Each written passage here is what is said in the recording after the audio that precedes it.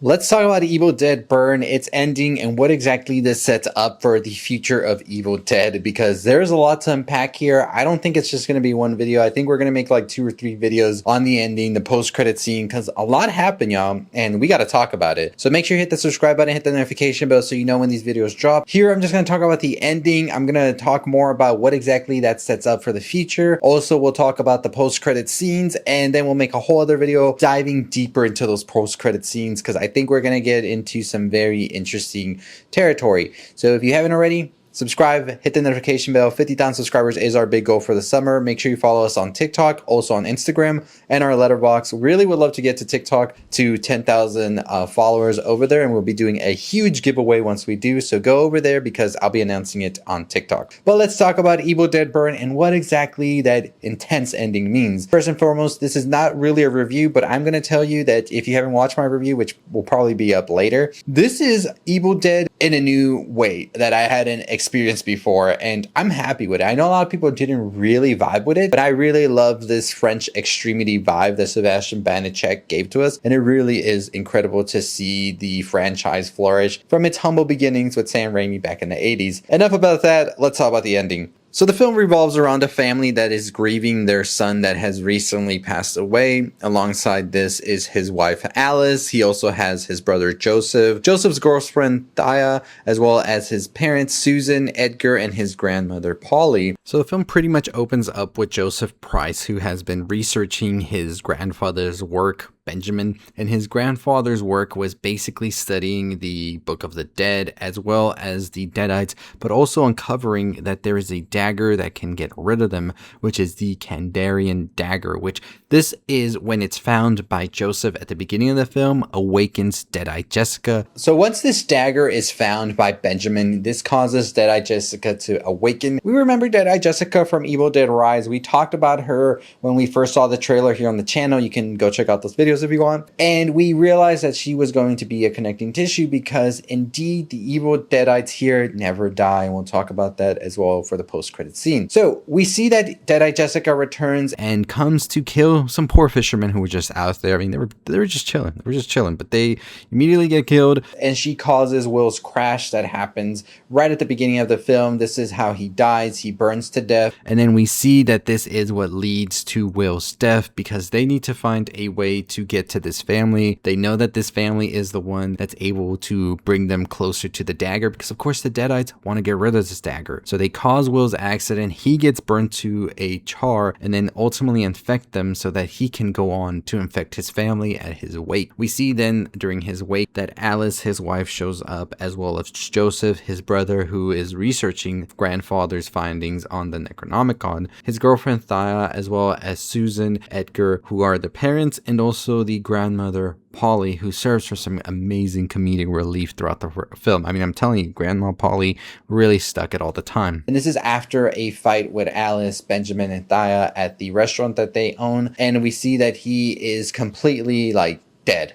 There is a funeral, there is a wake for him being held, the rest of the family show up, his father, his grandmother, his mother. At this wake, we get the sense that the family really doesn't vibe with Alice, and it seems that Alice isn't too hung up either on Will dying, and that's because, as we slowly find out throughout the film, he was pretty abusive towards her, so no way that she can feel much for somebody who was very much threatening her life a lot of the time. So throughout the rest of the film, we see as everybody in the family turns into a Deadite, first with the father turning into a Deadite after he tries to say goodbye to Will's body back at the funeral home. Will comes out of the coffin and seemingly infects the father right before killing the cremation person, and that was just one of the most wild things, honestly. Kind of caught me by surprise. Then we see the dog get killed by the father, and then the dog turns into a Deadite himself. You know that this is a big warning for y'all people out there. Do they kill the dog or not? The dog gets fucking killed. But then we also see that the rest of the family, little by little, all turn. As Joseph and Thea are trying to drive him to a hospital, he then murders Thea, as well as trying to kill Joseph. Back at the house, Alice is able to discover the research that the grandfather was doing, and then is attacked by Max, who has come back to life. Yes, the dog is back, and it's a full-on Deadite dog.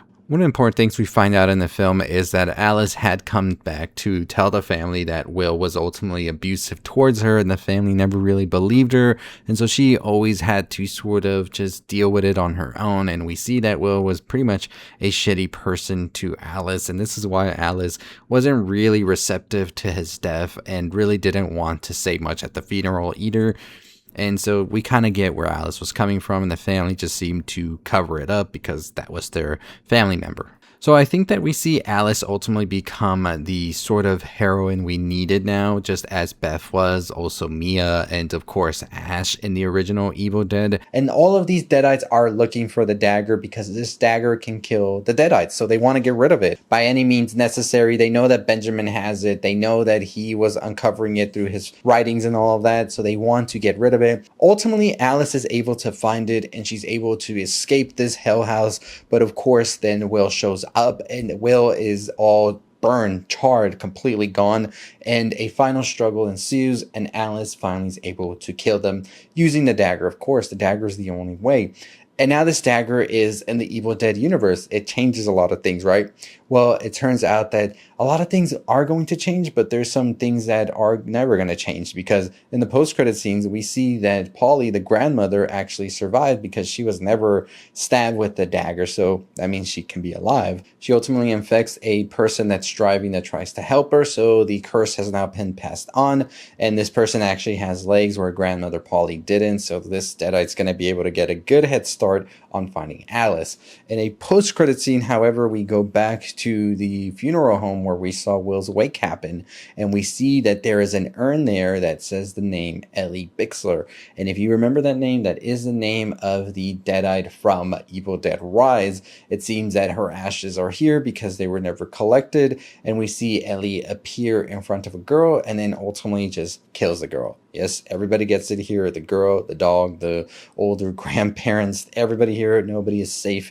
And that is how the film ends right there.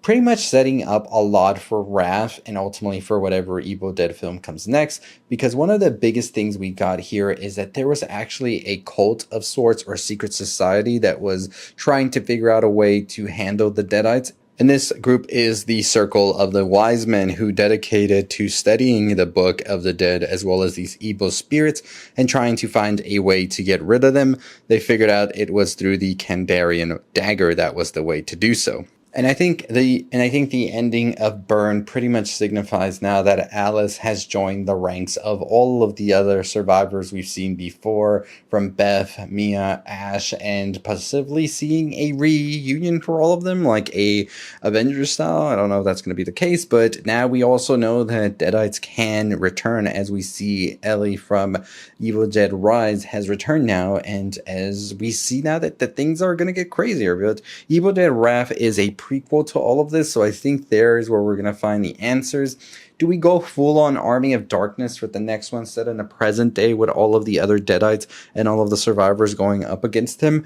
Possibly, I'd be open to that. But overall, we learned a lot from this ending right here. We learned that the Deadites indeed have weaknesses. Maybe there is more out there we will learn about that could possibly be in Wrath. I think Wrath is going to focus on the Circle of Wise Men. I think that that is going to be a big thing we see in that film.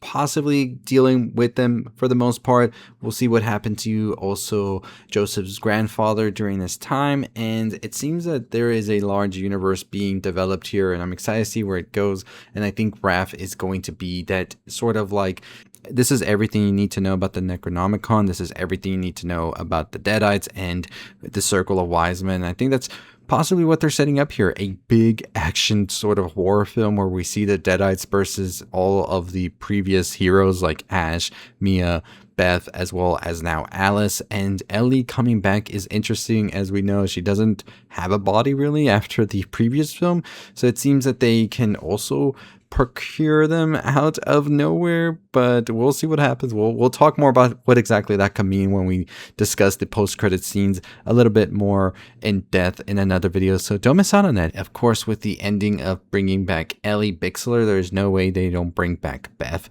in some sort of capacity to be able to put this all together, right? we already see that Deadites are around as long as they need to be and can be awakened at any time. We saw it with Deadite Jessica, who was in Evil Dead Rise, and now, of course, is in Evil Dead Burn. So there's a lot here. There's a lot to unpack here. The rules have changed, and we'll be doing a full video talking about that and what exactly it means.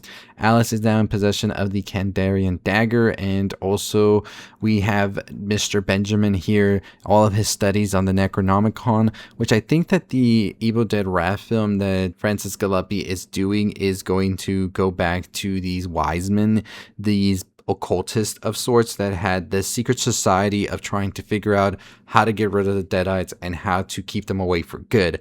So I think that's going to be such an interesting film, and I'm excited to see once that releases in 2028. Hit the subscribe button, hit the notification bell. On the road to 50,000 subscribers. We are about a couple of thousand away from that, so hopefully we can get to it. Also follow us on TikTok because we'll be doing a huge giveaway over there. We're trying to get to 10,000 before we do that, so make sure you follow us over there. You can see it in the screen here. Let me know your thoughts and opinions on the ending. What did you think about the "mommy is back" quote? Because I thought that was definitely dope, and I think that Evil Dead Burn showed us that nobody is safe. Not the dog, not the kids, not the grandma. Everybody's getting it, and I'm excited to see where we go with Evil Dead Wrath in 2 years from now. I think it's going to be such a great film, especially that it is in the 70s and it's being shot like a 70s film. So excited for that. Let me know your thoughts and opinions in the comments down below, and as always, I'll see you all over next time. Stay safe, stay positive.